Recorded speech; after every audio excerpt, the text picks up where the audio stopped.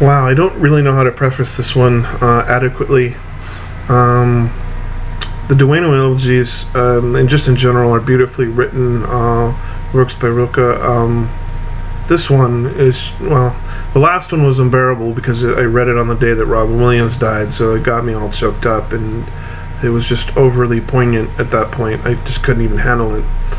The fifth elegy is not only long, but it's super intense, and the sound work, there aren't words, so I'm going to attempt to read this, but realize I recognize my own hubris, and I must be an egomaniac to even try this, so bear with me, folks. I hope you enjoy the reading and this incredible piece of work. Hang on one sec. The fifth elegy. But who are they? Tell me, these travelers, even more transient than we are ourselves, urgently from their earliest days, wrung out from whom? To please whom? By a never satisfied will? Yet it wrings them, bends them, twists them, and swings them, throws them and catches them again, as if from oiled, more slippery air.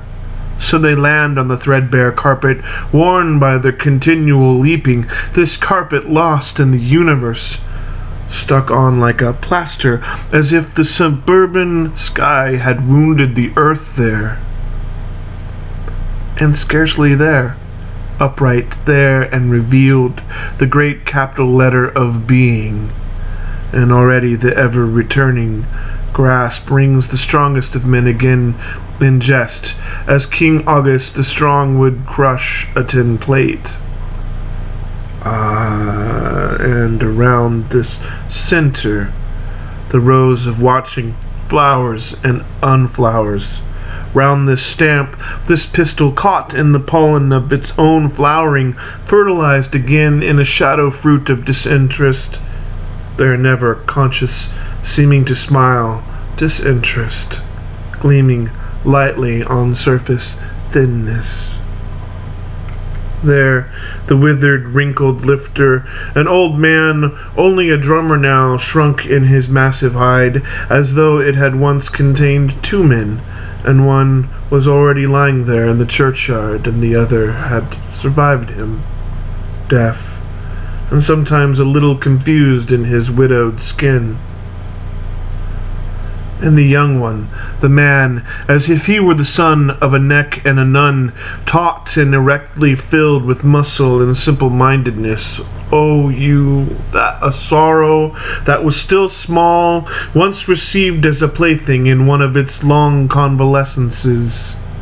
You, who fall with the thud that only fruit knows, unripe, 100 times a day from the tree of mutually built-up movement that swifter than water in a few moments shows spring, summer, and autumn, fall, and impact on the grave. Sometimes in half pauses, a loving look tries to rise from your face towards your seldom affectionate mother, but it loses itself in your body, whose surface consumes the shy, scarcely attempted look.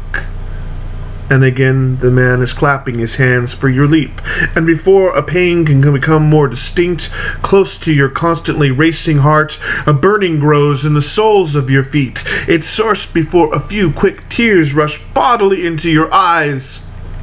And yet, blindly, that smile. Angel! Oh, gather it, pluck it, that small flowering healing herb. Make a vase, keep it safe, place it among those joys not yet open to us on a lovely urn. Praise it with flowery, swirling inscription. Subrizio salat, the saltimbanks smile. You, then, beloved, you, that the loveliest delights silently overleapt. Perhaps your frills are happy for you, or the green metallic silk over your firm young breasts feels itself endlessly pampered and needing nothing. You, market fruit of serenity laid out, endlessly on all the quivering balance scales publicly beneath the shoulders. Where, oh where is the place? I carry it in my heart, where they were still far from capable, still fell away from each other like coupling animals not yet ready for pairing, where the weights are still heavy, where the plates still topple from their vainly twirling sticks. And suddenly, in this troublesome nowhere, suddenly the unsayable point where the pure too little is changed incomprehensibly, altered into that empty too much, where the many-placed calculation is exactly resolved. Squares, oh square in Paris, endless showplace where the milliner Madame Lamorte winds and twists the restless trails of the earth, endless ribbons into new bows, frills, flowers, rosettes, artificial fruits, all falsely colored for winter's cheap hats of destiny.